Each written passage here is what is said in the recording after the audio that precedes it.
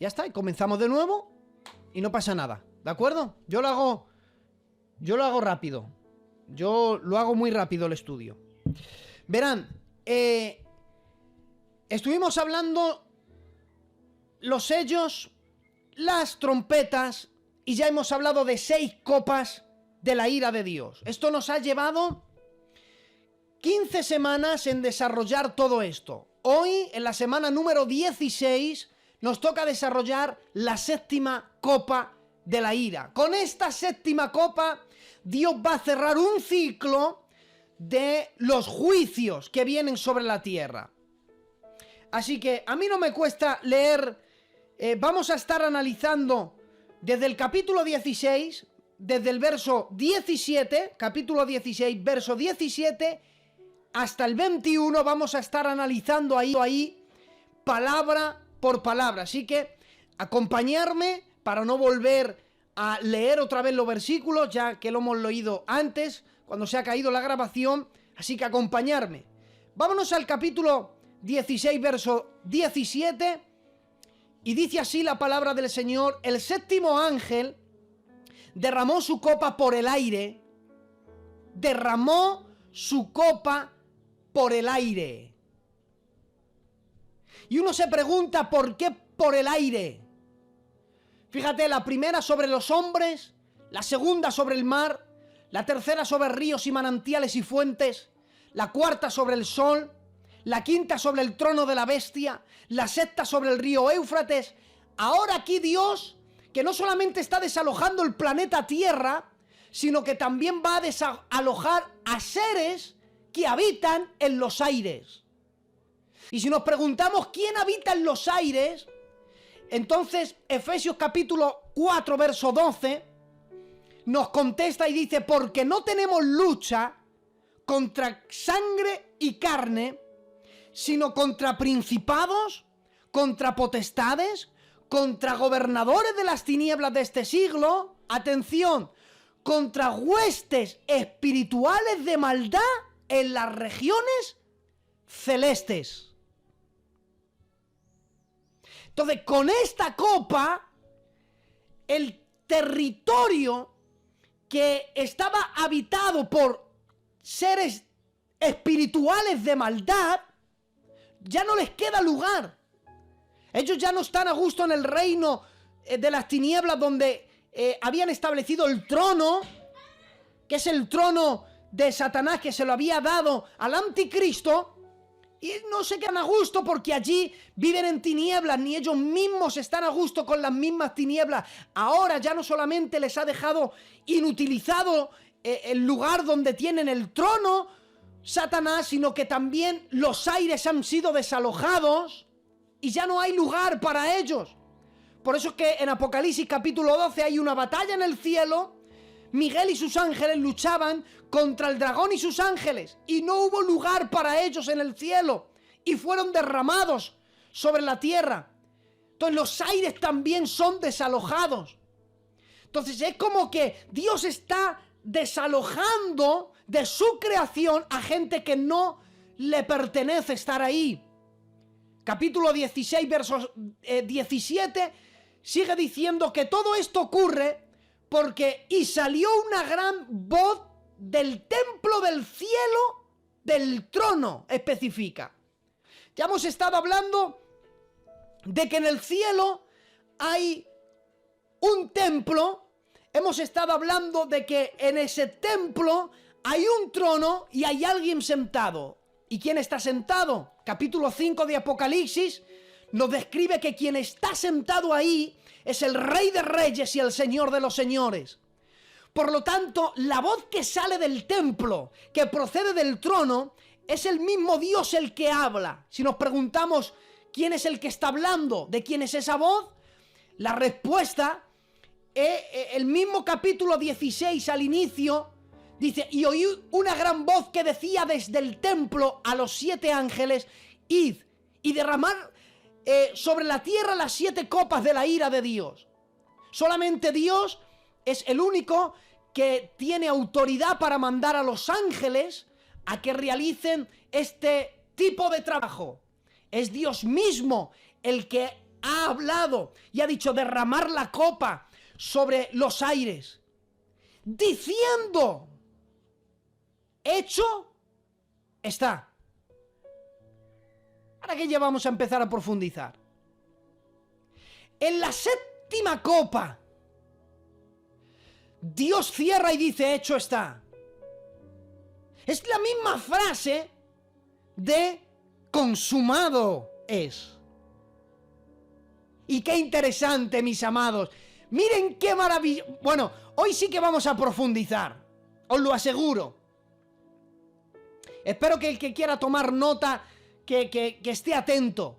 En la cruz del Calvario, la séptima frase que Cristo pronunció en la cruz fue, consumado es. Que vendría a ser, hecho está. Todo ha sido terminado. O sea, en la séptima palabra se escuchó que la consumación de la salvación se había terminado. La redención, consumado es. En la séptima frase se oye, consumado es, hecho está. Ahora se vuelve a repetir, pero ya no es tema de salvación, ahora es tema de juicio. Y en la séptima copa vuelve a decir el mismo que dijo en la séptima frase, consumado es, ahora vuelve a decir, consumado es también, hecho está. Se terminaron los juicios sobre la tierra. Con esto termino. Por eso, todo esto guarda relación de quién es Él. ¿Y saben lo que ocurrió cuando en Apocalipsis dice, hecho está? Miren el verso 18. Entonces hubo relámpagos, y voces, y trueno, y un gran temblor de tierra, y un terremoto grande.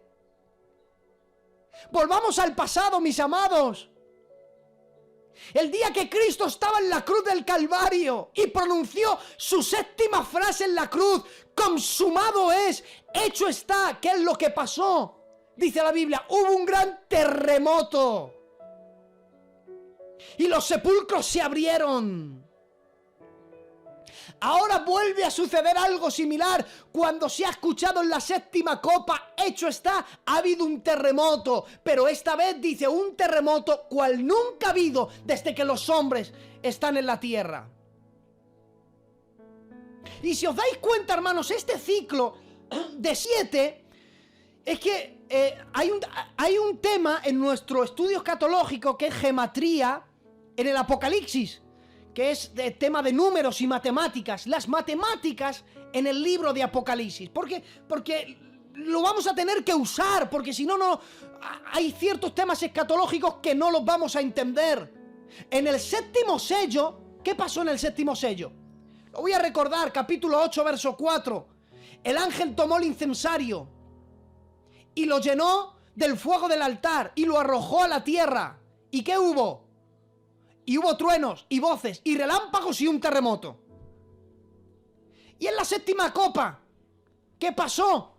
Lo recuerdo, Apocalipsis capítulo 11, verso 19, y el templo del cielo fue abierto, y el arca de su pacto se veía en el templo. ¿Y qué pasó? Y hubo relámpagos, voces, truenos, y un gran terremoto, y grande granizo. Ahora en la séptima copa, capítulo 16, verso 18, se vuelve a repetir. Y hubo relámpagos, voces y truenos, y un gran temblor en la tierra. O sea, cada vez que hay un cierre, se cierra con un temblor en la tierra.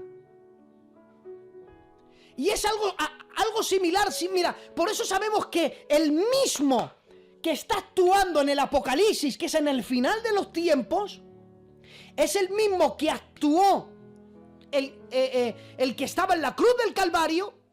Ocurren sucesos similares, pero es que es el mismo que también actuó en el Antiguo Testamento, porque aquí el debate de gente que cree que hay un Dios en el Antiguo Testamento y un Dios en el Nuevo Testamento. Cuando nosotros estudiamos todo eso, nos damos cuenta que hay cosas que acompañan a Dios con el cierre y la apertura de dispensaciones. Porque hay cosas similares, hermanos. Mira, qué casualidad que cuando vino la ley, se empezó una dispensación. ¿Y qué pasó? Y al tercer día dice Jehová, vendré y bajaré sobre el monte Sinaí. Y dice la Biblia que la tierra empezó a temblar y hubo relámpagos y voces y truenos y la gente tenía miedo. Y sonida de bocina y de trompeta. Pero es que resulta que cuando comenzó otra dispensación, que fue en Hechos capítulo 2, en la venida del Espíritu Santo, algo similar ocurrió, algo se escuchó. Y cuando se termine este ciclo de la iglesia, que es en el arrebatamiento, también se va a escuchar lo que se escuchó, por ejemplo, con el cierre y la apertura de una dispensación. Por eso la Biblia dice que Él viene con voz de mando, trompeta de Dios. Son como sonidos de trompetas. O sea, hay cosas que le van a... Mira, son como pequeñas pistas que hay a través de las Sagradas Escrituras que nos dice que el Dios del Génesis, el Dios del Éxodo, el Dios de Levíticos, Números, Deuteronomios, es el mismo del Apocalipsis. Por eso se repite en Apocalipsis el que es, el que era, el que ha de venir. Dios siempre fue el mismo, Él siempre estuvo ahí. Él no cambia, Él no tiene sombra de variación. Lo que pasa es que hay tantos problemas bíblicos porque la gente no divide la Biblia. ¿Sabes por qué se crean doctrinas falsas? Porque no se divide la Biblia. Y cuando digo dividir la Biblia, estoy diciendo de que cuando nosotros separamos pactos y dispensaciones, en las Sagradas Escrituras, sabemos por qué Dios hizo ciertas cosas en ciertos momentos de la historia. Uno se pregunta, por ejemplo, ¿por qué ahora tener 2 mujeres es pecado? Si Abraham tuvo 2 mujeres. Claro, cualquiera que no separe la Biblia por pactos y dispensaciones, ese tema le va a volver loco. Y le va a decir, ¿te das cuenta por qué Dios del Antiguo Testamento era diferente al del Nuevo? Porque es que antes permitía y ahora no permite. No, sencillamente es que la gente no divide la Biblia. Y sería bueno estudiar pactos y dispensaciones para entender todo esto. El pecado es pecado. Mira, una acción se convierte en pecado cuando Dios dice que es pecado. Lo voy a volver a repetir. Cuando Dios dice esto no se puede hacer, quien lo haga comete pecado. Pero mientras Dios no lo diga, esa misma acción no es pecado. No sé si estoy siendo claro. Dios no se había pronunciado, por ejemplo, en la época de Abraham, en la época de los patriarcas, no se había pronunciado respecto a ese tema. Pero ya llegó un momento en el que Dios se pronuncia y dice, esto ya no va a ser más así. Y de aquí en adelante las cosas cambian. Y de ahí en adelante quien no obedece, peca. Porque una acción se convierte en pecado cuando Dios dice, ya no se puede hacer. No sé si estoy siendo claro.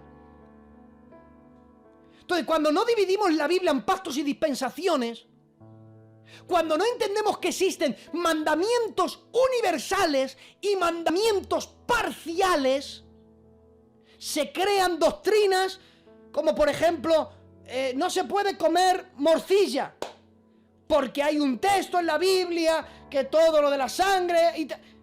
Claro, ¿por qué razón? Porque no se divide la Biblia. No hay pactos y dispensaciones, no hacen la diferencia entre un mandamiento parcial y un mandamiento universal, y el desconocimiento de todo eso genera falsas doctrinas. Entonces, cuando vemos en la Biblia que esto es como migas de pan que nos llevan al final del arco iris para encontrar un tesoro, entonces vemos destellos de la personalidad de Dios a través de toda la Biblia. Miren las secuencias. El terremoto ha sido tan grande que ha ocurrido algo. verso 19. Y la gran ciudad fue dividida en 3 partes. Y las ciudades de las naciones cayeron.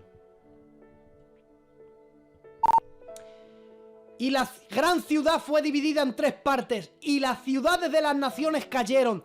Y la gran Babilonia vino a ser memoria delante de Dios para beber el cáliz del vino del ardor de su ira. O sea, lo que ha ocurrido con la 7ª copa ha sido tan terrible, hermanos, que lo primero que el verso 19 nos describe es que y la gran ciudad fue dividida en 3 partes. Aquí es donde hay mucha controversia, mucho debate acerca de qué ciudad se está hablando. Cuando dice la gran ciudad, ¿de qué ciudad se está hablando? Por ejemplo, hay quienes esa frase que aparece aquí, en este versículo, a muchos les da que pensar que esta gran ciudad habla de Babilonia. Ya que, por ejemplo, capítulo 17, verso 8, la llaman a Babilonia, la gran ciudad, capítulo 18, verso 2, capítulo 18, verso 10, y a Babilonia se la describe como una gran ciudad. A Babilonia, en las Sagradas Escrituras, es llamada la gran ciudad. Pero si analizamos, mis amados, en este versículo hay una división de 3 grupos. Primero dice que con el terremoto la gran ciudad fue dividida. Eso es lo que dice. Pero es que sigue diciendo, y las ciudades de las naciones cayeron. Entonces, ya hemos encontrado otro grupo. El primero sería la gran ciudad. Punto número 2, las ciudades de las naciones. Y punto número 3, dice, y la gran Babilonia. Ahí la palabra y, por ejemplo, en el castellano, en nuestra lengua, cuando nosotros escribimos la palabra y, es como un muro entre 2 frases. Es como el final y espérate que vamos a empezar otra nueva. O sea, es como una separación. Es como, por ejemplo, cuando la Biblia dice que la palabra es más cortante que una espada de 2 filos que penetra hasta partir el alma y el espíritu. Entonces, en las Sagradas Escrituras vemos que es el alma que habita en el alma, y también hay Biblia para que es el espíritu que habita en el espíritu. ¿Qué función tiene? O sea, son 2 cosas distintas. Aunque viven en el mismo cuerpo, pero son 2 cosas distintas.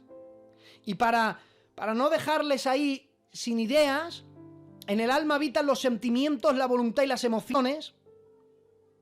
Y en el espíritu es la parte inmaterial con la cual el hombre o Dios se puede relacionar con el hombre. Dios trata con el hombre a través del espíritu, no a través del alma.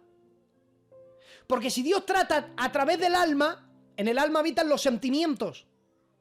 Entonces, Dios no puede tratar con el hombre a través de sus sentimientos, porque cuando el hombre se siente bien quiere saber algo de Dios, y cuando se siente mal no quiere saber nada de Dios. Entonces, Dios no tiene nada que ver con el alma.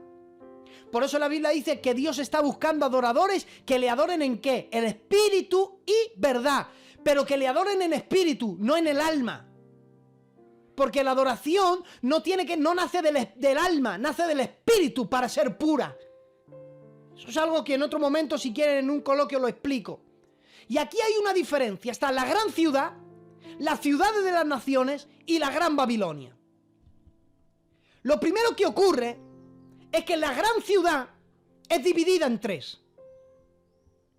Y la gran ciudad no es otra que Jerusalén, que también en las Sagradas Escrituras es llamada la gran ciudad. La ciudad del gran rey. Lo primero que ocurre con este terremoto es que la ciudad es dividida en tres. Pero date cuenta, es dividida en tres. Luego, las ciudades cayeron. Y la gran Babilonia vino en memoria, como diciendo, fue destruida. Pero a Jerusalén es dividida. Y aquí es donde voy a profundizar. Jerusalén no será destruida, sino será transformada. Y aquí estamos viendo un cambio geográfico. De alguna manera, al ser dividida, es preparada. ¿Sabes por qué no va a ser destruida? Porque desde ahí Cristo va a reinar. Desde ahí Cristo establecerá su reino y reinará por 1000 años. Por eso no puede ser destruida. Pero cuando dice que es dividida, de alguna manera nos está diciendo que con esta copa, aparte de desalojarlos a todos, Dios está preparando ese lugar, porque desde ese lugar establecerá su trono, levantará un trono que no tendrá fin jamás, reinará desde ahí 1000 años. Por eso nadie puede destruir la tierra de Israel, ni aunque, mira, hace poco ha habido enfrentamientos y apenas misiles entraban. No pueden superar la coraza que tiene Israel, que ha inventado Israel.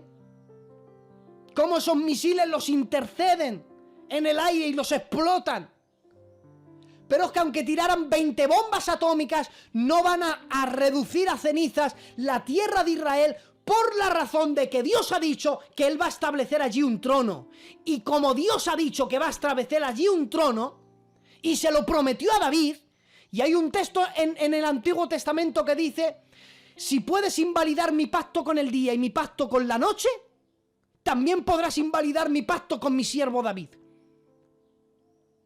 Le está diciendo, si algún ser humano es capaz de decir al sol no salgas y a la luna no brilles, entonces serás capaz de hacer que yo no cumpla mi palabra. Pero mientras nadie pueda evitar que el sol salga de un extremo a otro y que el sol brille en el firmamento, nadie puede impedir que yo establezca mi trono en Israel, en Jerusalén, y desde ahí reine. ¿Saben lo que Dios va a hacer? Lo que sí va a hacer Dios con esto es que Dios va a enjuiciar a las naciones por lo que han hecho con Jerusalén. Y para que vean que Jerusalén no será destruida, pero que las demás naciones van a recibir su castigo, y para que vean que todo esto está ligado a las copas de la ira, en la sexta copa, ¿dónde lo reunió? A todas las naciones que se reunieron contra él. ¿A dónde los reunió? Los reunió en un valle que en hebreo o en griego es Armagedón, ¿verdad? ¿Saben que hasta ese momento nadie conocía ese valle como el valle de Armagedón? Antes de que Juan pronunciara eso, ese valle se conocía de otra manera. Según el Antiguo Testamento se conocía como el Valle de Josafat. ¿Saben qué destello del Apocalipsis ya hubo en el Antiguo Testamento? Piensen en la sexta copa y en esta séptima copa. Por favor, piensen. Mientras yo les leo esto, mediten. Joel capítulo 3, verso 1. Porque he aquí, en aquellos días, en aquel tiempo, en el que haré volver la cautividad de Judá y Jerusalén. Verso 2. Reuniré a todas las naciones y los haré descender al valle de Josafat. La sexta copa que pasaba, que la derramó sobre el río Éufrates, para que estuviese preparado el camino para los reyes de la tierra. O sea, ellos no fueron allí por decisión propia. Es que él secó a propósito el río Éufrates para que las demás naciones dijeran, bien, ahora son vulnerables, vámonos ahí y vamos a destruir a Dios. Pero es que no saben que es que Dios ya en Joel les había dicho, no, que es que yo quiero que paséis por ahí. Porque yo os quiero reunir en un lugar específico, en el valle de Josafat. Os quiero tener a todos allí reunidos. ¿Para qué? Verso 2. Y allí entraré en juicio con ellas a causa de mi pueblo. Y de Israel mi herencia. Mi heredad. Dice, y quien ellas se esparcieron por todas las naciones y repartieron mi tierra. Mira lo que dice el verso 3. Voy a hacer todo esto con vosotros y echaron suerte sobre mi pueblo. Y dieron los niños por una ramera. Y vendieron a las niñas para beber vino. Zacarías capítulo 14, verso 1. He aquí, el día de Jehová viene. En medio de ti serán repartidos tus despojos. Mira cuándo. Porque los reuniré a todas las naciones para combatir contra Jerusalén. Para combatir. ¿Dónde? En el valle de Josafat, en Armagedón. Y la ciudad será tomada, y serán saqueadas las casas, violadas las mujeres, la mitad de la ciudad irá en cautiverio. Mira lo que dice el verso 3. Después saldrá Jehová, pelearé contra aquellas naciones, como peleó cuando, en el día de la batalla. ¿Qué batalla? La batalla de Armagedón. ¿Y cómo va a ser eso?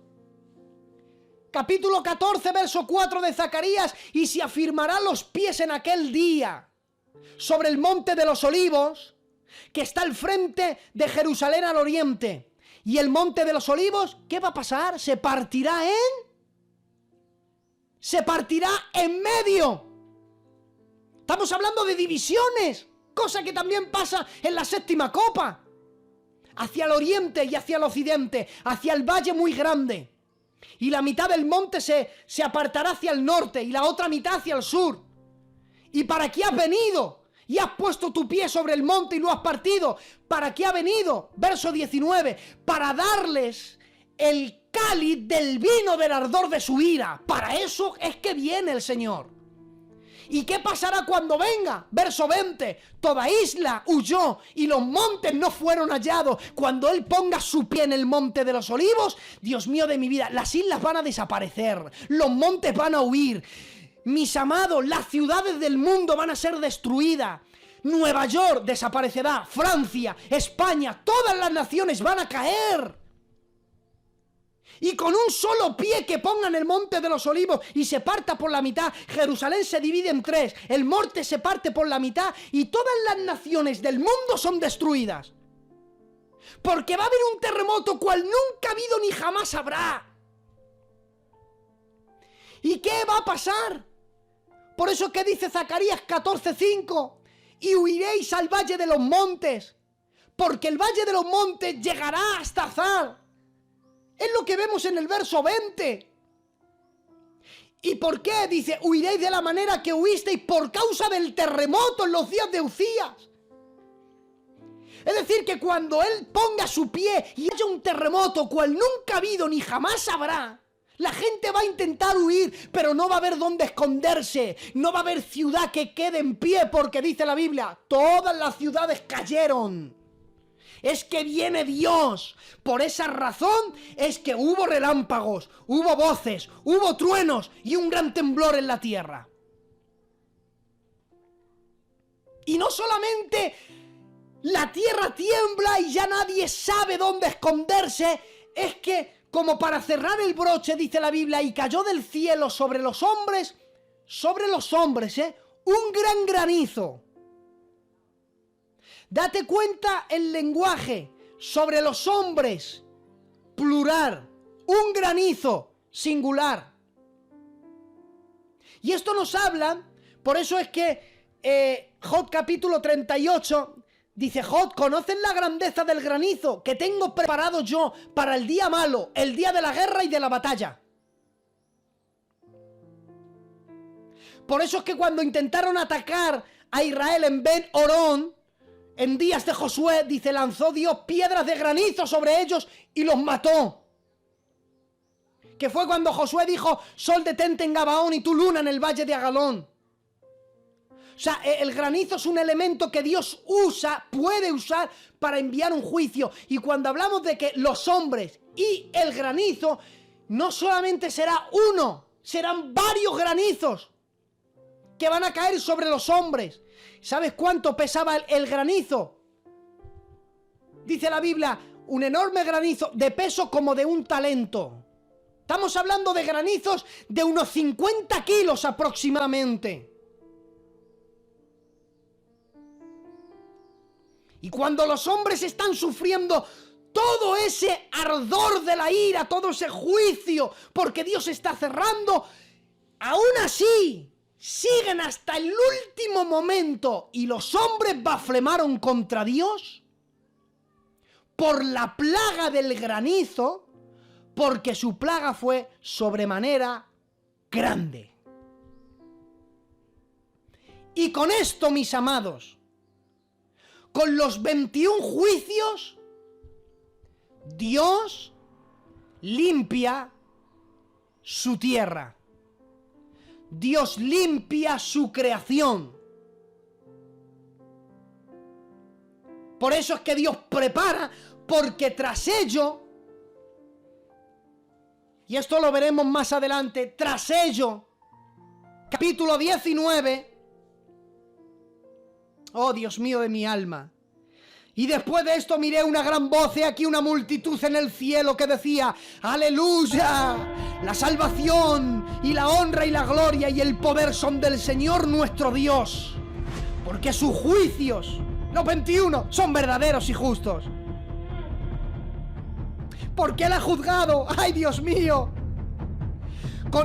Dentro de los 21 juicios entra, Dios ha juzgado a la gran ramera que ha corrompido a la tierra, ha vengado la sangre de sus siervos por mano de ella, y dijo otra vez, ¡aleluya! Y los 24 ancianos se postraron a tierra y adoraron a Dios que está sentado en el trono y decían, ¡amén! ¡Aleluya! Y alababan a nuestro Dios, sus siervos. Dice, y los que le teméis, así pequeños como grandes. Y es cuando dice la Biblia, entonces vi el cielo abierto. He aquí un caballo blanco. Y el que lo montaba se llamaba Fiel y Verdadero, que con justicia juzga y pelea. Sus ojos eran como llama de fuego, y había en su cabeza muchas diademas. Tenía un nombre escrito que ninguno conocía sino él mismo, y estaba vestido con ropa teñida en sangre. El nombre es el Verbo de Dios, y los ejércitos celestiales vestidos de lino fino le seguían. En sus caballos blancos, de su boca sale una espada aguda para herir con ella las naciones. Él las regirá con vara de hierro. Él pisa el lagar del vino con el furor de su ira, del Dios Todopoderoso. Y en su vestidura y en su muslo tenía escrito un nombre: Rey de Reyes, Señor de todos los señores. ¡Aleluya! Él ha venido a establecer justicia. Y durante 16 semanas hemos contemplado, hermanos, semana a semana, qué es lo que Dios va a hacer. Hemos profundizado en sus 21 juicios. Hemos contemplado qué ocurre cuando se desvelan los sellos, cuando suenan las trompetas, cuando se derraman las copas de la ira. Y con todo hemos demostrado que Dios sigue siendo justo, que Él había dado oportunidad, que aún así había sido paciente, que seguía enviándoles predicadores, seguía enviándoles 144.000 escogidos, seguía enviándole los testigos, seguía enviándole los que se arrepentían en aquel tiempo y ellos rechazaban, y seguían enviándoles misericordias y ellos se inclinaban ante la bestia, ante el falso profeta, se inclinaban ante imágenes, preferían pedir ayuda a piedras, a ídolos de madera. Y eso que le habían sentado en su trono, pero no quisieron nada. Pero Dios es justo y Dios ha dicho hasta aquí. Y con esto desvela Dios su ira. Terrible, hermanos.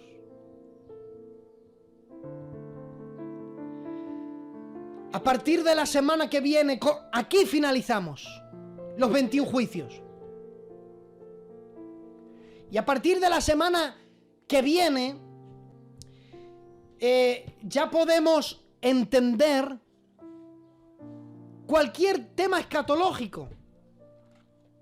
Porque hay cosas que nosotros hablamos y estudiaremos y diremos, esto ocurre cuando se estaban derramando las copas. Y esto ocurre cuando se estaban derramando las trompetas. Este pasaje de Apocalipsis hay que ubicarlo en los sellos. Entonces nosotros, como ya conocemos los sellos, las trompetas y las copas de la ira, pues nos es más fácil entender todo esto. Mientras todo esto ocurre,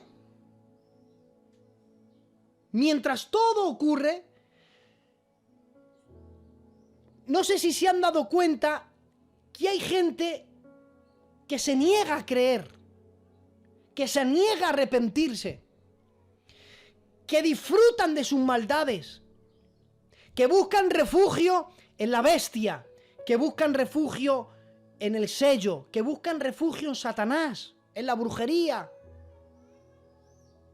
No quieren saber nada de Dios, pero buscan refugio en el reino de las tinieblas. Lo que vamos a desarrollar de la semana que viene en adelante es lo que yo llamo, para poder explicarlo mejor en escatología, todo lo que conforta al reino de las tinieblas. ¿De acuerdo? De ahora en adelante, ya quizá no lo haremos así en este orden escatológico, pero por ejemplo, vamos a hablar del anticristo, la función que tiene. Vamos a hablar del falso profeta, de la función que tiene. Vamos a hablar de Apocalipsis 13. Ahí hay dos bestias, una que sube del mar y otra que sube de la tierra. Vamos a ver qué representa cada una de las bestias. Cuando conocemos eso, conocemos el reino de las tinieblas. Pero yo les voy a mandar deberes, porque digamos que acabamos de terminar el instituto bíblico y ahora entramos en universidad. Y para que la semana que viene tengan una mejor idea, ahí está la primera imagen, verlo en el chat. Lectura. Durante esta semana lean Apocalipsis 13, Daniel 2 y Daniel 7. 3 capítulos. Pueden leerlo durante toda la semana. Un día cogen el capítulo 13, lo leen y ya está. Lo dejan ahí. Otro día, el capítulo 2 de Daniel es más largo, ustedes lo leen. Y otro día, el capítulo 7. Me dirás, Eugenio, pero es que yo soy de las personas que yo leo y no se me queda nada en la mente. No pasa nada. Léelos. Porque ya verás cómo la semana que viene, cuando yo esté hablando, del capítulo 13 de Apocalipsis, vayamos al pasado, retrocedamos hasta el año 535 a.C., vayamos 67 años más para adelante y empieza a hablar de bestias y empieza a hablar de estatuas y elementos y el oro y la plata y no sé qué y pa' aquí, que pa'... De pronto el Espíritu Santo va a recordar todo lo que ustedes han leído. Y vas a decir, ay, sí, me acuerdo de esto, me acuerdo de esta porción de la Escritura. Así que ahí tienen los deberes para toda la semana. 3 capítulos, tampoco es mucho. Un momento que tengan un tiempecito, léanselo. Y la semana que viene, pues les espero aquí, en esta cita divina, para entrar en un nuevo ciclo escatológico. Espero haber sido claro y haber podido explicar los 21 juicios. Créanme que lo he explicado de la mejor manera que sé. No sabía hacerlo mejor. Si no, créanme que lo hubiese hecho mejor. Espero haber sido claro, no haber confundido, pero que vuelvo a decir que si tengo que matizar algo con más detalles, ustedes me lo dicen y yo lo preparo. Un beso muy fuerte, querida iglesia, y la semana que viene les espero en una nueva cita divina. Pastor, adelante.